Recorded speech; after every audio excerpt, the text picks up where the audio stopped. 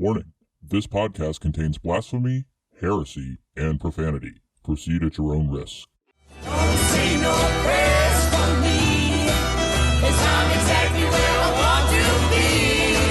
Yeah, I'm a sinner through and through, and I'll be waiting in hell for you. This is Dan, and I'm here with Aaron Ferguson. How are you doing, Aaron? I'm doing well. Thanks for having me on. Why don't you tell us a little bit about yourself? Sure, yeah. I can tell a little bit about what I do. So I am a cult survivor. I grew up in the Children of God cult and survived that as a kid and survived living on the streets of California after leaving that cult and survived a pretty serious drug addiction problem back in my 20s. And joined the military, got out of some trouble there, and then wound up getting out, falling back into the addiction problems later on in my 20s, and then getting into some pretty draconian treatment. And I got over a bunch of those problems and got into actually addiction treatment as a profession. So now I'm a regional impact manager for a company called Community Medical Services. We're a national provider of medications for opioid use disorder. So I spend a lot of time out in the community advocating for people to get access to these types of treatment, advocating for science because there's not a lot of science in addiction treatment, or there's a lot of research, but people don't really acknowledge it or support it. So most of my time is spent doing that. And in my off time, I do a little bit of meddling in podcasting. I'm producing a couple shows right now. One is called The Social Exchange. And Zach Rhodes is actually the founder of that show, and he does a lot of the hosting there. And then I work with some journalists to produce a show called Narcotica, which is a show about drugs and the people who use them, and journalism and the war on drugs. So that's what I spend most of my time doing. I also work a little bit on the side as a coach for the Life Process program. So that is I think it's the largest online alternative to a 12-step approach for recovery. So it's a completely secular way that people can seek treatment for any type of addiction or compulsive drug use or other activity, relationships that are unhealthy, and get help for that online. First time I'd heard about you was on Dr. Daryl Ray's podcast when you had appeared on Secular Sexuality. So I'd got to listen to some of that and all of that, really, but I thought it was just, it seemed like you were a very interesting person. You have you've been through a lot through your life. And you grew up in the Children of God Church. Was that the name of the organization? Yes, it was a religious cult. And with that language, I will insert that I don't draw a major distinction between cults and religions. If 97% of Americans were in the Children of God cult, it would not be a cult. It would be a religion. Seems to me that the only thing that distinguishes a cult from a religion is its size. So if a religion / cult has a small number of members, then it gets called a cult. And if it has a large number of members, it gets called a religion and is much more widely accepted. So the reason why the Children of God is called a cult is because we live in a Christian nation that likes to distinguish dominant Christianity from the smaller Christian cults that have emerged from that. And yes, I was raised in the Children of God, which was a group that formed back in the 60s and 70s in the coffee house era. My parents were co-founders of the group itself, and they splintered off and left with the leader's wife and tried to start their own group. And so I was raised in this sort of transition between being active members of the group and then going off and trying to do something else. But my parents were assigned by the leaders of the cult to go around to all of the different satellite locations and sort of do audits and check in on people. And they traveled around with the wife of the founder of the cult. That's a lot. I mean, did you go with other families and stuff too? I mean, isn't that part of like what they do? They kind of shuffle kids around? Or am I reading that wrong? That's a big part of how they kept people dependent and beholden on the group, was that they hindered access for kids to their own parents.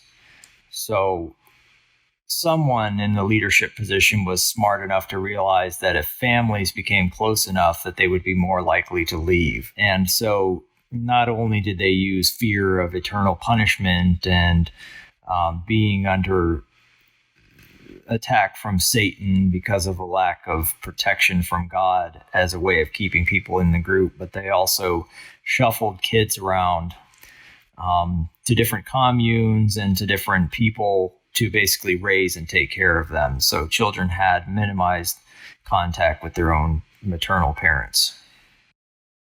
When were you able to get out of that? So my parents, as I say, splintered off and tried to start their own thing, and they came back to the United States. And I'm not privy to the exact conditions under which they left. They claim that they were excommunicated for opposing some of the things that were going on, namely prostitution, alcoholism, and child sex and things like that. I'm highly skeptical of that claim. I think my parents were just trying to save face by saying that they left. Wasn't there a kid that committed suicide that was in that? Didn't he? Well, he'd murdered some people and then committed suicide. Yes. It was part of that cult in the 90s, I'm thinking. Yes, his name was David. They called him Davidito. And there are some videos on YouTube that you can look up and watch. Truly heart-wrenching videos of his last moments. And him making this, really, I see it as sort of a plea to people to understand the suffering that he's in and what he was about to do. But yes, his intention was to kill his parents, and he was only able to find the nanny, who also participated in extreme forms of sexual and physical abuse toward him, and he shot and killed her, and then shot and killed himself. Wow. Had you met him, or was that in a different area? I actually never met him because he was in a different area. I spent most of my time back here in the United States. I was going to say, you've moved all over. And the group itself had to move away from the United States because of the illegal practices that they were up to that they could only get away with in another country. So how has coming out of religion affected your relationships with your family and the friends that you had before?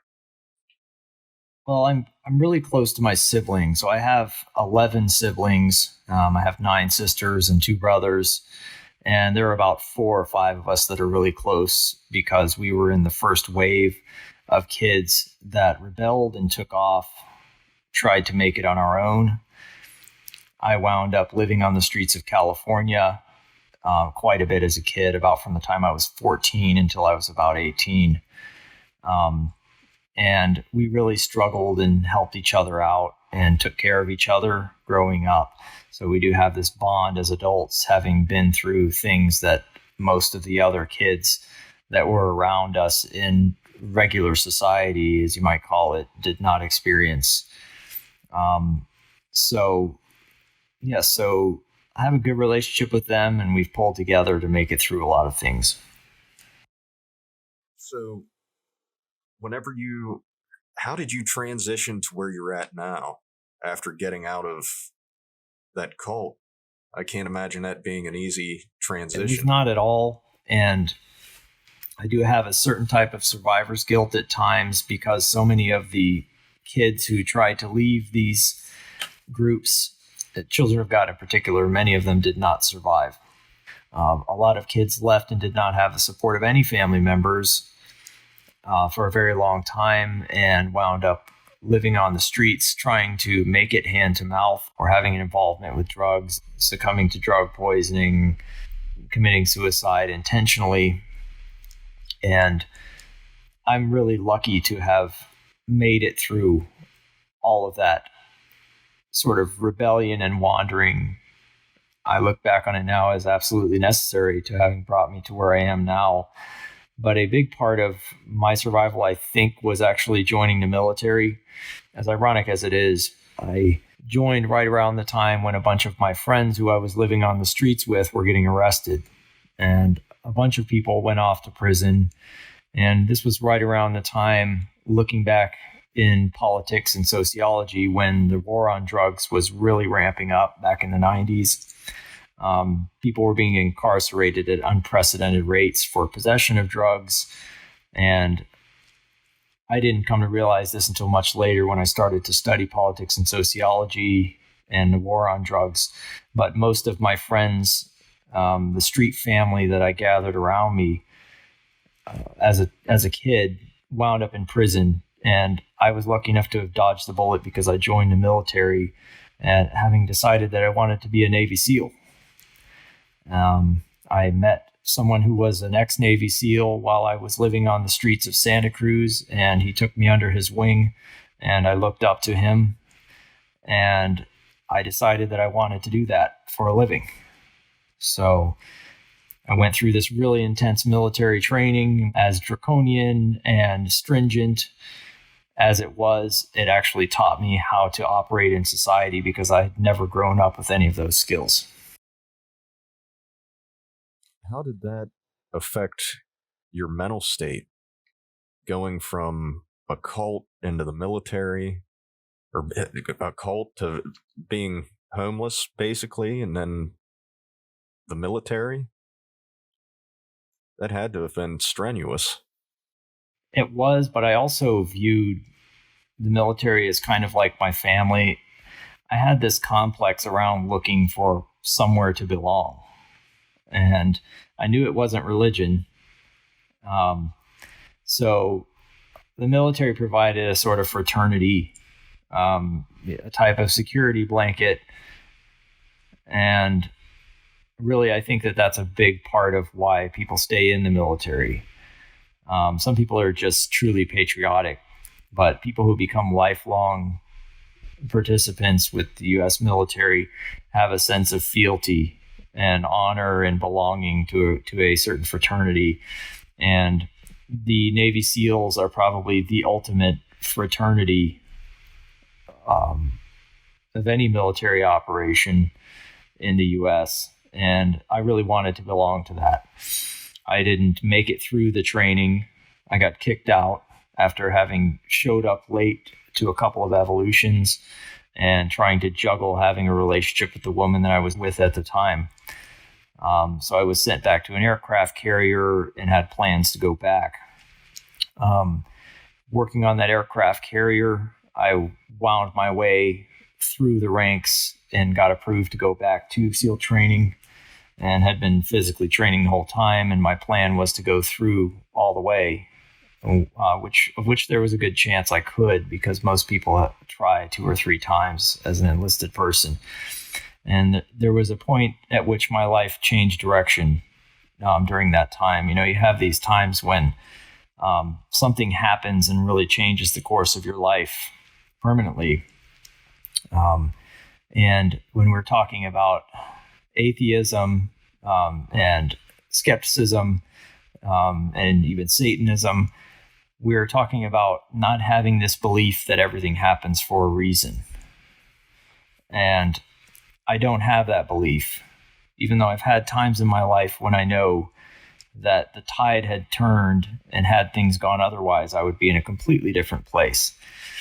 And in this instance, what happened was I tested positive for hepatitis C upon donating plasma. And upon the discovery that I had this virus that was just sort of being discovered back in the 90s, and trying to figure out what the hell was going on, trying to get the Navy to treat me for it, and finding out that I couldn't go to training, things spiraled downward from there. So after getting out of that, what happened? In the military, they say that they encourage education, but they actually don't do a lot to get people educated at a civilian level, because college degrees sort of serve as competition to military service. So, if a person has a college degree, they can get paid much better, don't have to put themselves in harm's way, don't have to be on call 24 hours a day, 7 days a week. So, well, I mean, that's why they put their recruiters in small towns like I grew up in, and going into the little schools and where all of the poor kids are, and try to get them young. Right. And most people join the military with the idea that it will pay for their college afterwards. Yeah. And I didn't join for that reason. I joined to be a Navy SEAL. That didn't wind up working out. And I decided that was it for me. I had no reason to be in the military. Yeah. I hadn't thought long and I'm not hard. trying to speak bad about the military or anything, but my brother had been in the military, and I've kind of seen how that works or doesn't. Yes. We could do a lot better. Yes, we could. And we could go with making it a little more voluntary. I don't see it as being voluntary if people have to serve in order to pay for a basic education, or where the incentive is so high that that's the only way they're going to get it. I'd listened to your podcast some after I'd talked to you a little bit. I saw that you had interviewed Anthony Magnabosco on, which one of your podcasts was it? The Social Exchange? Yes, I think we had Anthony on, and I think Zach Rhodes interviewed him. Did you take anything away from that episode that you use now you might not have in the past? I did. I actually was the one who reached out to Anthony. He and I started work together back when he was first beginning to do videos, and I had already become a counselor then, and we became friends around his desire to try and intervene in people's faith-based delusions. And we had a lot of conversations applying what I had learned in counseling to dealing with people who have these different types of beliefs and superstitions. And so I asked him to come on the show because we had known each other and been friends for a while. I read A Manual for Creating Atheists a while back, and a lot of things fell into place for me when I read that, because I had always had very frustrating interactions with believers of all sorts and never could really understand why. I actually held it against people that they were so confident in these things that I thought were absurd, or that I felt that I had found my way out of. I had a sort of reactionary attitude toward people with extreme dogmatic beliefs. And discovering the philosophy of epistemology, and that the roots and foundations of a belief system can just be outright reliable through a process of conditioning and through many processes that a person may not have control over. I started to think about those things in a much different way. And so the practice of street epistemology had just a ton of overlap with the things that I was already doing with addiction treatment and motivational interviewing and Socratic dialogue. That's what I was going to ask. Was it more of an like, oh, I'm already doing this, maybe this is just a label for it type of thing? Or you had mentioned motivational interviewing that you'd done that was similar? It was, and it was, well, here's something that I'm already doing with clients that I work with who are struggling with addiction problems. And why couldn't we see religious belief as an addiction?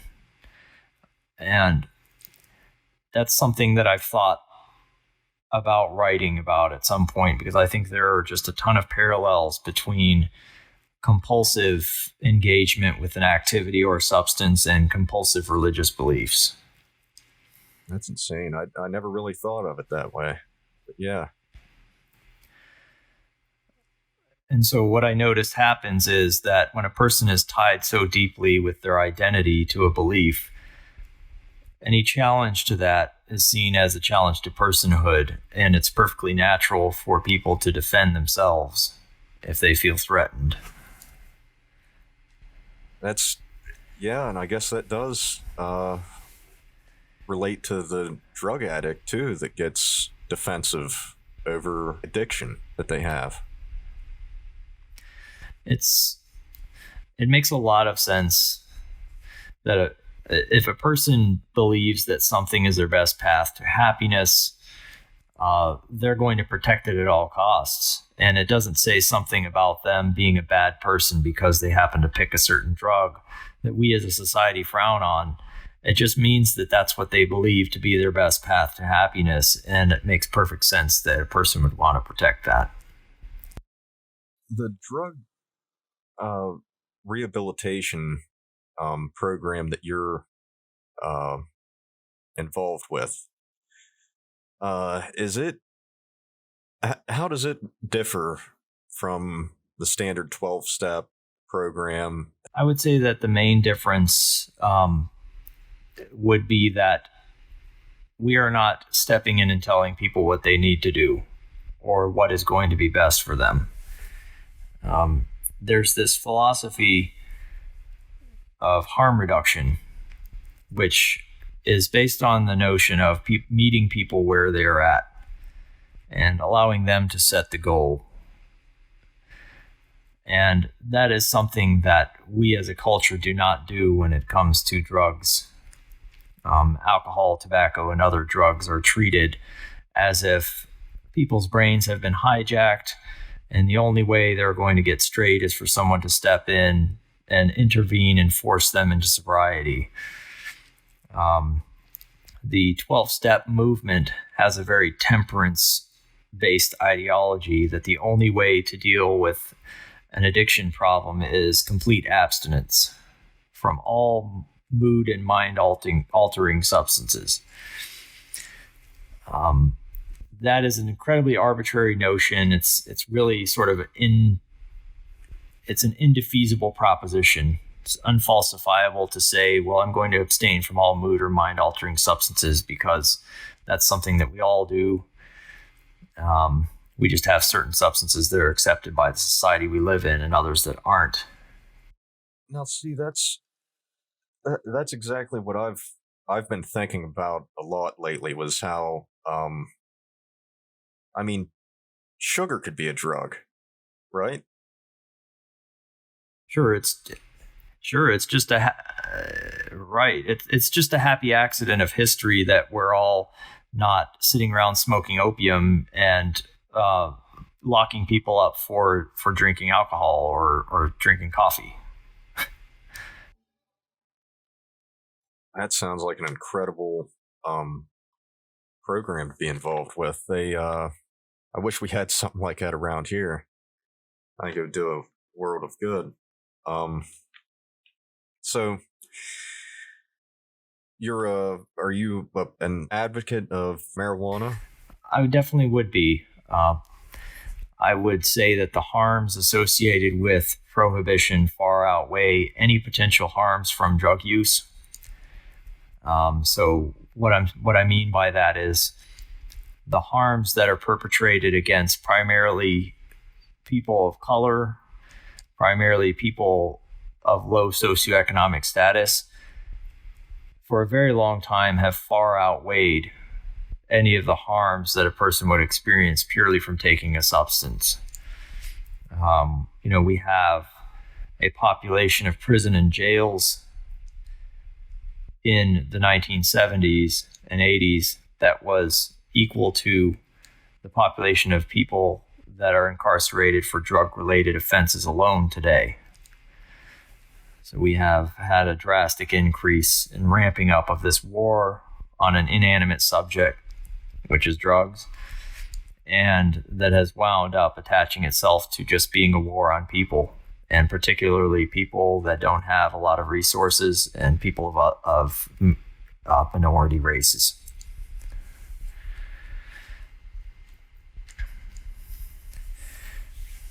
So when it comes to marijuana, I think I take what's considered by some to be a radical standpoint, but isn't by other countries that have decriminalized and even legalized all drugs, which is that when you have substances that are unregulated and the quality and dosage and composition of which is not known, you have a state of affairs like what we are seeing in the United States with rampant drug deaths and a massive public health crisis. Whereas if drugs were legalized and regulated, we wouldn't be seeing that.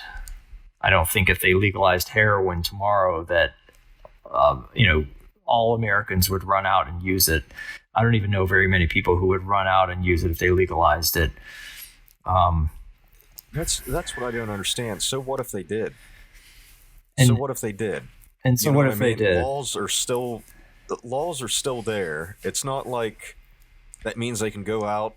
I mean, with all of these, I'm of course not saying that this is what people like that have an addiction do, but it's kind of how the church I grew up in, it's how they would see it, is that they're going to go out raping and killing and, doing all these horrible things now, all these people on drugs.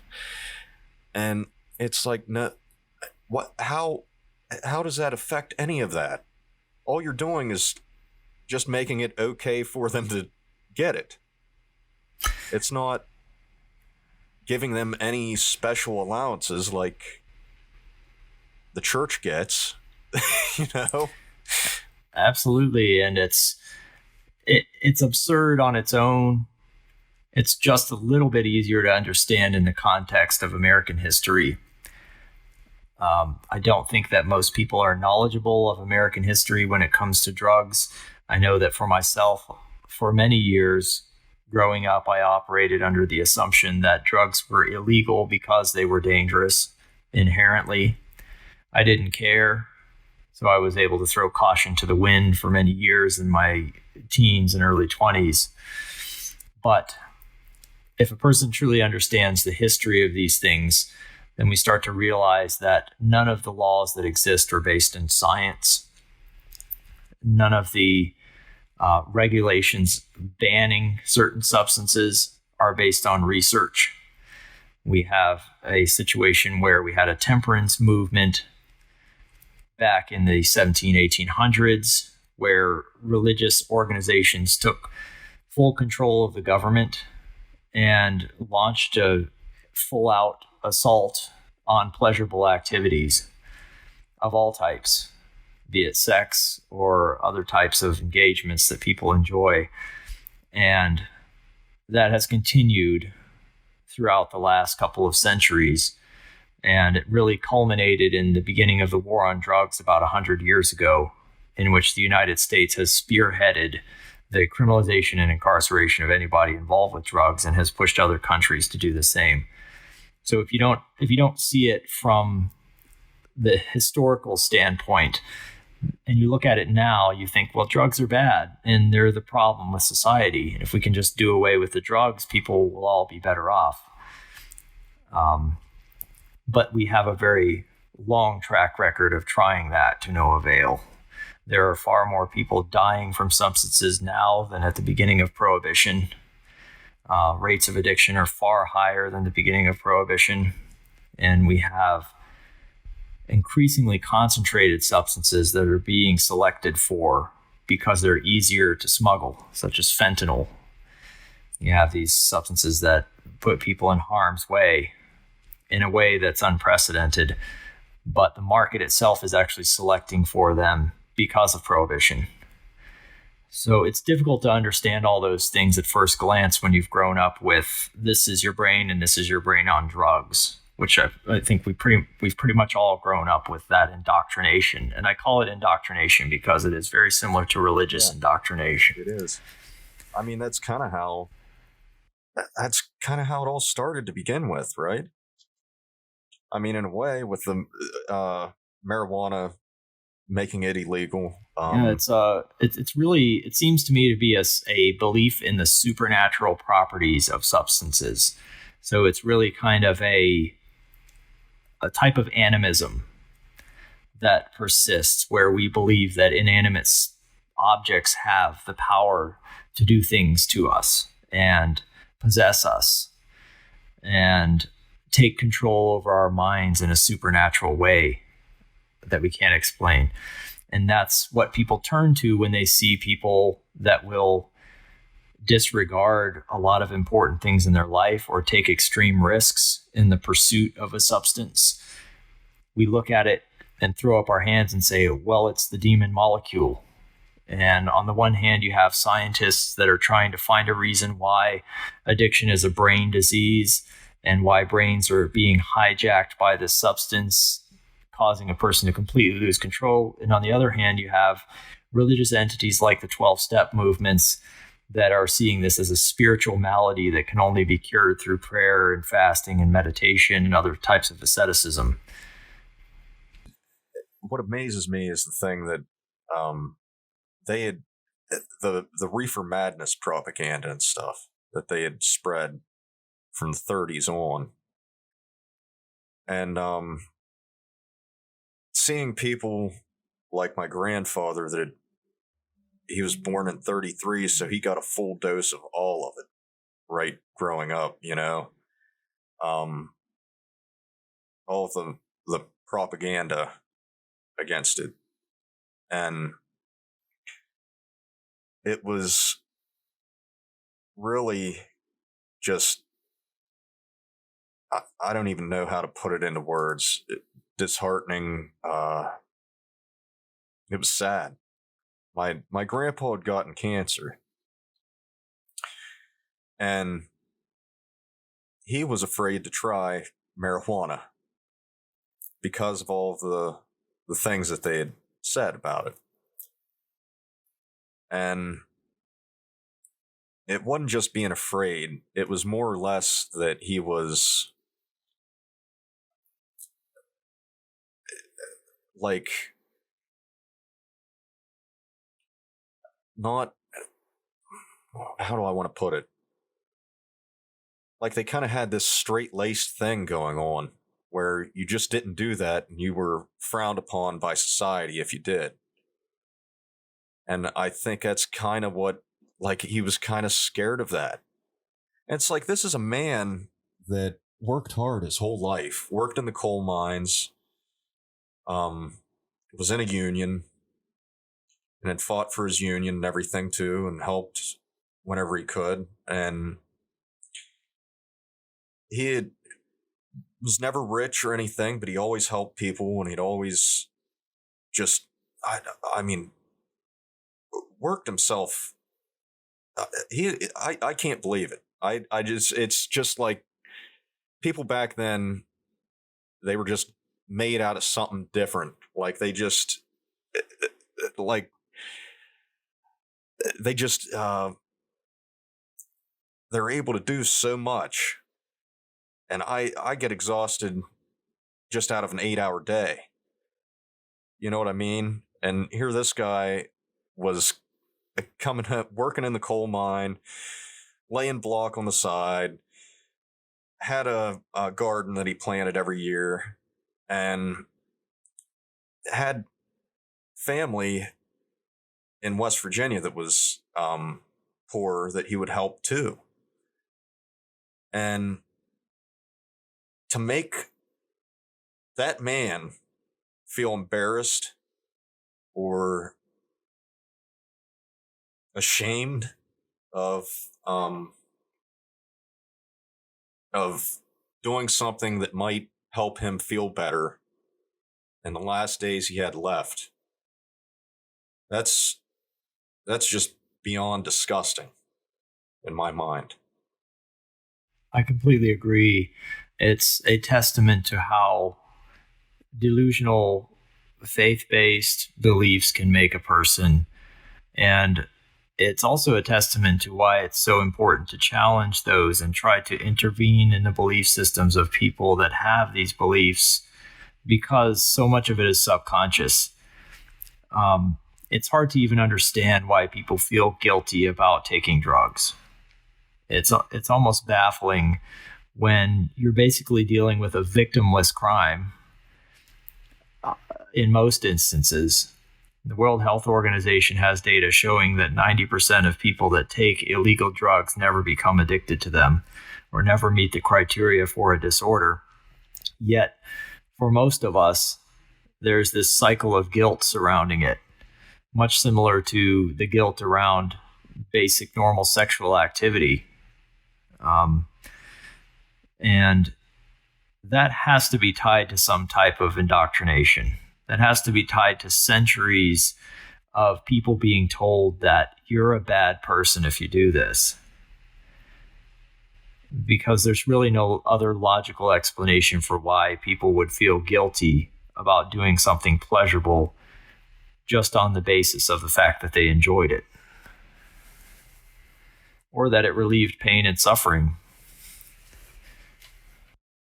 Right. Well, I mean, if you watch the Reefer Madness videos, I mean, they took that stuff seriously. And I've talked to people that are from the UK and different areas of the world, and they on Facebook, but they I've asked them. I pick everyone's brains over things. I like to find out what everyone's different perspective is. And I had showed them some of the things that we used with religion to promote wars, and the stuff with the Reefer Madness propaganda. And they look at it and they said, you're not serious, right? Like, you guys didn't really believe that stuff. I said, yeah, like, people are still believing it. And it's incredible how we've been infected by this, and it's the brainwashing, basically, that we used. We've brainwashed our own people into, several times throughout history, I'd say. It's really fascinating case study in human psychology, and generational problems, learning and conditioning over generations. And it's interesting because it has such moral underpinnings. And morality is a really kind of tricky and confusing thing to understand from a psychological standpoint, because there are many things that human beings see as immoral that they cannot tie to any harm to anyone. And it's something called moral dumbfounding, where a person will say, well, it's just inherently wrong to do something like, I think it was one of the examples that that John Haidt used, was cleaning your toilet with an American flag. Most people would say that is inherent. It's just wrong. It's bad. You're a bad person if you do it. But none of them could really quite point to why, or they couldn't tie it to any harm to anyone. And so I guess it's not just religions that have these sort of strange instances of moral dumbfounding, but it's really fascinating that a person will feel so bad about something when they can't even describe it from a utilitarian or consequentialist standpoint, and even go out and take steps to prevent another person from doing it or advocate against other people being able to do it. I think Mark Twain had a favorite saying that, nothing so needs reforming as the habits of others.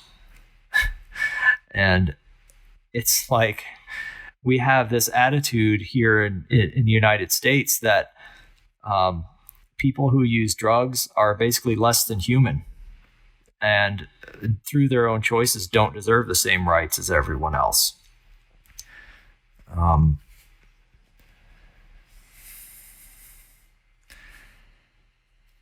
I guess you could use an analogy of sinners, willful sinners, people that have rejected the grace of God or rejected salvation and chosen a life of sin. The answer of redemption is there through the criminal justice system and the courts, but otherwise they're lost in their sin. What do you think of the legislation that went up in the House? I think that's an interesting thing. As you say, there are these people who are still opposed to marijuana legalization, and I think there's a certain logic in it when people are saying, well, this is our hill to die on when it comes to marijuana, because we've been shouting from the rooftops that marijuana is harmful for so long that if we give way on this topic, it's a slippery slope. And I think it actually is. I think that marijuana legalization and regulation will show the world, not only the United States, because the United States has led the war on drugs, but it will show the world that this is an instance where we've been incredibly wrong about the dangers of a given substance.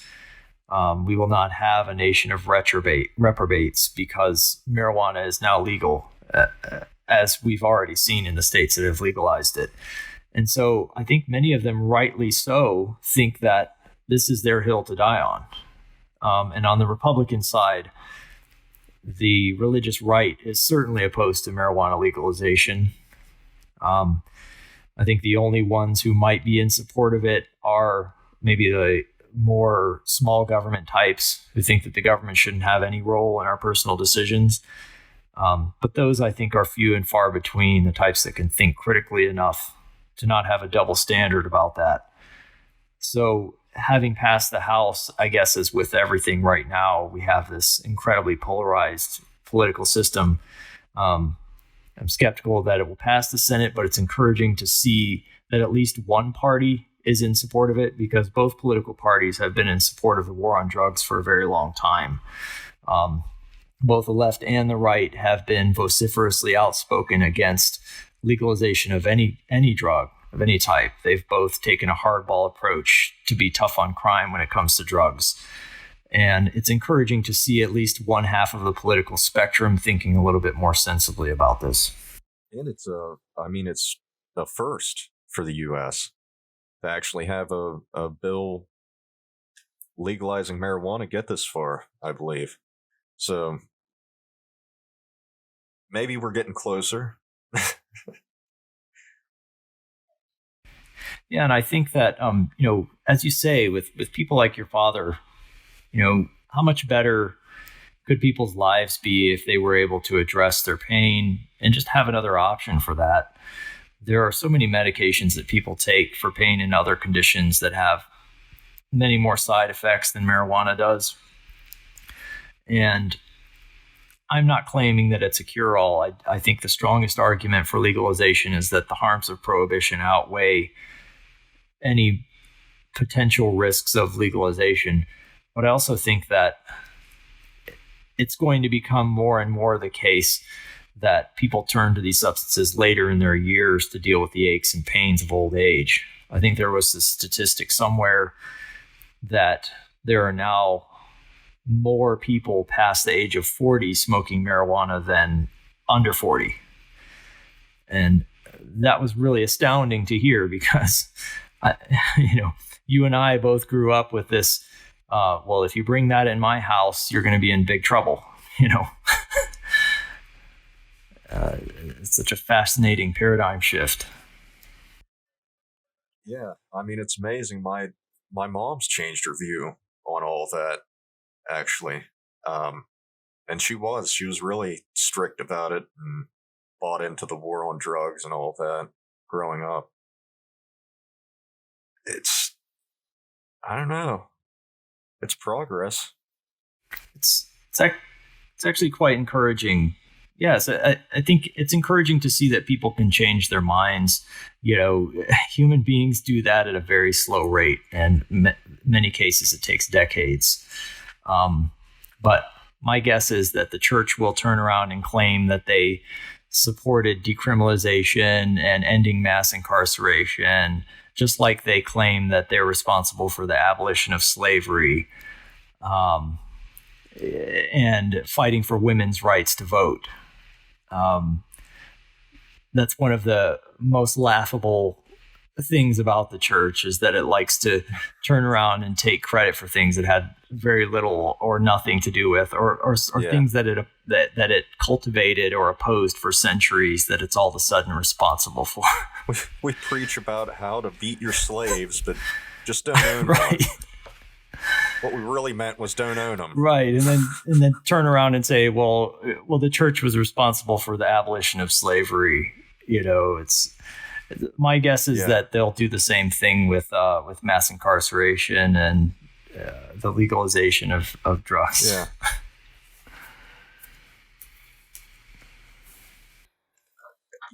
The other thing, how I related with you was on the religion thing. A lot of the things you said about the cult that you grew up in kind of,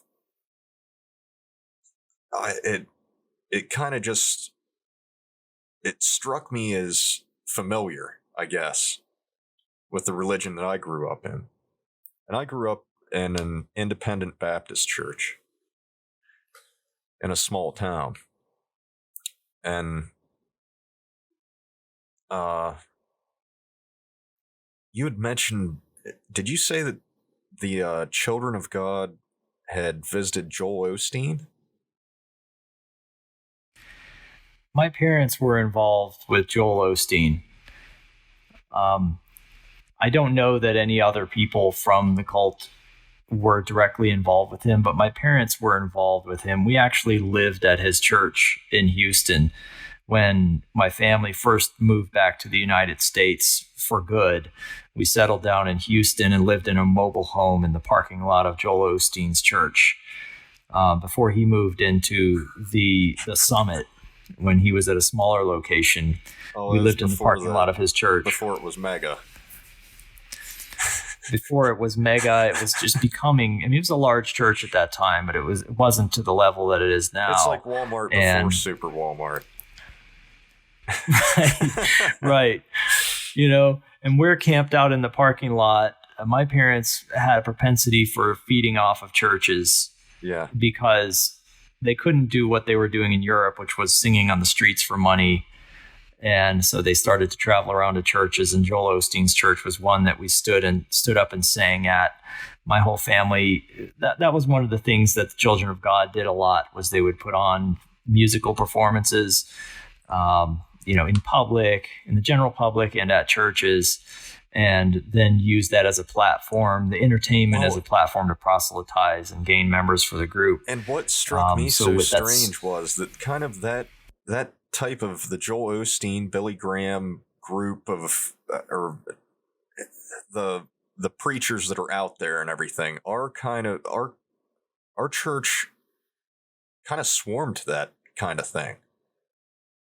And to see that the Children of God were involved with that, they had to have had a good bit in common, I would imagine, with the belief systems and everything.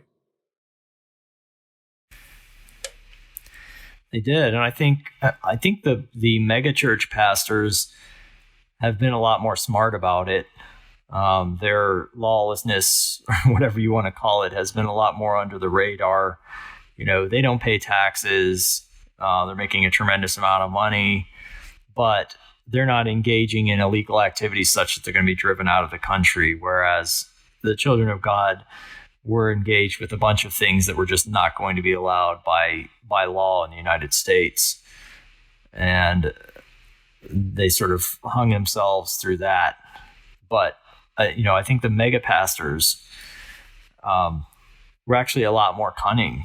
They knew how to work the market and exploit the the vulnerability of a lot of really hardworking and working class Americans. They have their apologetics down. They know what to say. They really do. It's our church was always good about that too. I can remember visiting not quite Joel Osteen size mega churches, but certainly large churches compared to what I was used to. I mean, couple 3 stories tall, might have a Starbucks inside or whatever, or not a Starbucks necessarily on it. You know, they have evil coffee cups and everything, but some kind of coffee shop. Like, it was a huge place. And it's weird looking at it now and seeing it for what it is. No, it's got to be. It's pretty surreal. The way they draw in other churches and stuff, like the small churches like that, have them come and they do activities and stuff, or they'd have some kind of special thing going on. We'd go to things like that. I was actually, our church went to New York City, and I was still deeply involved in my teen years and everything. I didn't come out of Christianity until I was in my 20s. And I'm 30 now, so I give you an idea. But yeah, they had us going to New York City and handing out tracts and stuff. And I can remember this guy that we'd went there, but we stayed in a church there. Another Baptist church or whatever. Our church was always really picky about who they interacted with as far as other churches went. So that was where I'd found it funny that they took up Joel Osteen and stuff, and then Joel Osteen kind of took up the Children of God a little bit, or at least had you guys there. And but yeah, I was really deep into religion whenever I was growing up. I was thinking about becoming a pastor. And we'd done these things. We'd go on these kind of like field trip things. We spent a week in New York and handed out tracts in 2 different languages. They were a little bit more acceptive of the Spanish then, I guess. Or Mexicans, I guess. But now, you know, not so much. I can't imagine them doing it. But yeah, we went to parks and on subways and stuff, and they taught us magic tricks to show and went along with verses and stuff. Then we had went to it's around New Orleans somewhere, Bay St. Louis, Mississippi. I'm thinking Missouri. I don't know. We were close to New Orleans area. It was like on the other side of the river there or something. But we had we went there and we were helping do like yard work for people after Hurricane Katrina hit. And we stayed down there for a week. So I kind of got to see a few different churches and the things they were doing and things we were doing and stuff, and the inner workings of a lot of it. And it's one of those things that I wish I wouldn't have had to have went through all of that. I wish I would have gotten out of religion sooner. But I don't know. I have the experiences, and I'm kind of glad I do, because I know their tricks now. You know what I mean? I know what they're doing. I know what to expect. Right. Yeah, I had a similar experience of being inoculated against participation with the 12-step religion or cults, because as soon as I heard them speak and all of them repeating the same phrases and doing these rituals, the hair stood up on the back of my neck, and I said, "Oh, I know what this is," you know. Whereas for a lot of people who weren't raised in such an extreme religious environment as me, coming to a place like that in a vulnerable position in their life with a certain type of addiction, have just bought it hook, line, and sinker and become evangelists for that. It's funny you mentioned that about the hair standing up on the back of your neck. With that instance, I had to go. I was going through my divorce, and I have a kid, and we had to go through like the co-parenting class thing. The state requires it, and you have to go in and pay money to go through this class. And it was in the basement of a Methodist church. And that was, I was so anxious. Just my anxiety was just through the roof. Just being inside of that building. And then hearing some of the statistics they were giving, and they were sharing different organizations they were involved with, and some of them were one of them was like is it Crossroads? I don't know if you're familiar with them or not, but they do the 12 steps and stuff a lot too, I think. But yeah, a lot of that. A lot of people don't realize how deeply rooted Christianity has gotten into our government through, the past few decades. I mean, more than that, but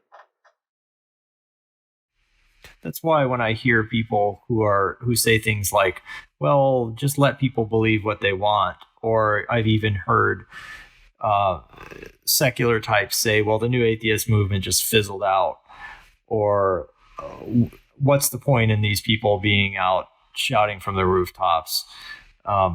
My response to that is that we are a very long way off from growing out of living in a theocracy. And we have a religion that is really so deeply wedded to government that so many people don't even realize it. We just take it for granted. The way that we've tied religion, Christianity in particular, into our wars, like if you've looked at World War II propaganda that we had used, or even World War I, the way that we had used it to manipulate people into thinking that the enemies, these non-believing heathens, and they're creating all of this evil in the world, and we're the good guys, we're the Christians, and we're going in to fight them. That's kind of how we've presented it. And I mean, you had Billy Graham pushing things like that, and it's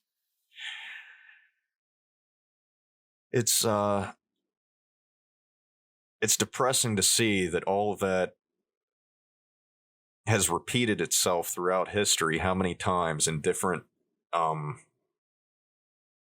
ways, with burning of witches to socialism and communism, and with Muslims and us kind of this country, we were pretty well using that synonymously with terrorist as a term. Right. It's holy wars redressed, and it's my hope is that the recent decline in religious belief among the newer generations is a sign of a general decline. I know the rest of the world, especially Europe, has been declining in religious fervence for a very long time. I think that the United States will follow suit. I think that as generations pass on and new ones replace them, religion will remain in a certain place of reverence with many, but I think that it will fall off. I think that the newer generations, with the advent of technology and the internet and the spread of information and the opposition to authoritarianism that a lot of the younger generations have, I think that information in and of itself is combative of dogmatism. And I think that faith-based beliefs capitalize on a lack of information, lack of knowledge. And so I'm actually hopeful for the future when I see the decline in religious belief with the younger generations and the fact that people are not turning back to religion in the ways that the previous generations in the 70s did. But the battle is certainly not over. We are dealing with people who are well organized in the political spectrum and who are highly motivated to maintain this theocracy and move even more in the direction of theocracy. And it's important for us to be vigilant and in the public sphere draw out the huge discrepancies between the ways that people are treated from one religion to the next to no religious belief at all. And I think that the Satanist community has done probably a better job of doing that, of drawing out that discrepancy than any single group. I think that the efforts of people to stand up and take a risk to life and limb, take a risk to their reputation, take a risk of public castigation have resulted in the declines that we're seeing. So I'm hopeful for that. Do you have any satanic temples around your area? So I live in Austin, Texas. There's a vibrant atheist and Satanist community here, and very different from the rest of the state, But that type of social engagement is so crucial for people, especially people who are leaving religion or are considering leaving religion, to not feel like you're going to be an outcast or a pariah when you no longer believe these things. I think the internet has done a really good job of ameliorating that problem, and groups like the Satanist churches have done a really good job of that as well. Yeah, thanks for being on our podcast. I appreciate you taking the time out of your busy schedule and getting to sit down and talk to me for a little bit. Absolutely. It was an enjoyable conversation. I enjoy just free talking about things like this, and I would encourage you to keep doing what you're doing with the podcast. I appreciate that.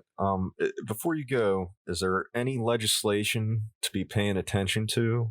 The most recent ruling that I can think of, and this may not be directly tied to religion, but I think that it is the ruling on the safe consumption sites. I believe it's in Philadelphia. There is a judge that recently ruled that having a place for people to safely consume injection drugs does not violate the crack house statute, which was single-handedly written by Joe Biden, who ironically is the front runner of the Democratic Party right now. These are places that have been proven to save lives. Not a single person has died in a safe consumption site. So people can inject drugs under the supervision of a nurse and have a drug poisoning reversal medications on hand.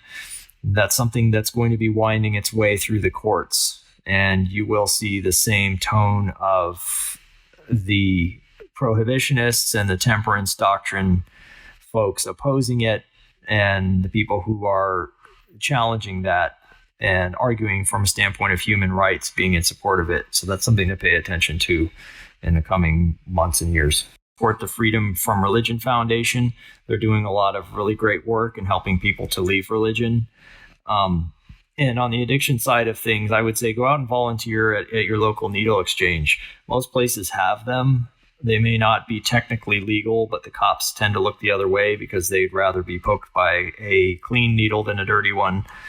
And so go out and volunteer at these places, because that's probably the single most impactful way for you to save lives and prevent the spread of infectious diseases in a way that may be considered somewhat socially deviant, but actually stands to make a huge impact. Another thing to do is to get involved with any type of organization that does a Narcan training. So there are these medications that reverse overdose that are becoming more and more available. And, we have this massive wave of deaths from opioid drug poisoning. And the best way to curb that is to get engaged in some way with the community where we can start to bring people back into being part of society. And so any way that you can volunteer in that capacity is great. Any way you can support organizations, podcasts like this one that are challenging the dominant ideology, that are pushing the ball forward to support secularism and move toward a more secular society. Well, thank you again for taking the time to do this, and I'm hoping to talk to you again sometime. Sounds great, Daniel. Thanks a lot for having me on. I'd like to thank Aaron Ferguson for being on our show. Be sure to check out his podcast, The Social Exchange and Narcotica. Our music is from Bridge City Centers through and through. You can check them out on Facebook or flailrecords.com. Our artwork is by Jamie Coptic. The original can be found at jamiecoptic.weebly.com. Views expressed on this show are solely our own and don't necessarily reflect those views of the Satanic Temple or any other organization. Contact us, send us an email at jesuschristalmighty@hotmail.com or send us a message on Facebook. Like and share our page, and don't forget to subscribe to us on YouTube and check us out on Patreon at patreon.com/skeptical_Satanist. If you or someone you know has been looking for a mental health professional around your area who is secular, then I would recommend checking out seculartherapy.org. Also, if you're coming out of religion and are having trouble with that, check out recoveringfromreligion.org as well. Hail Satan and hail yourself.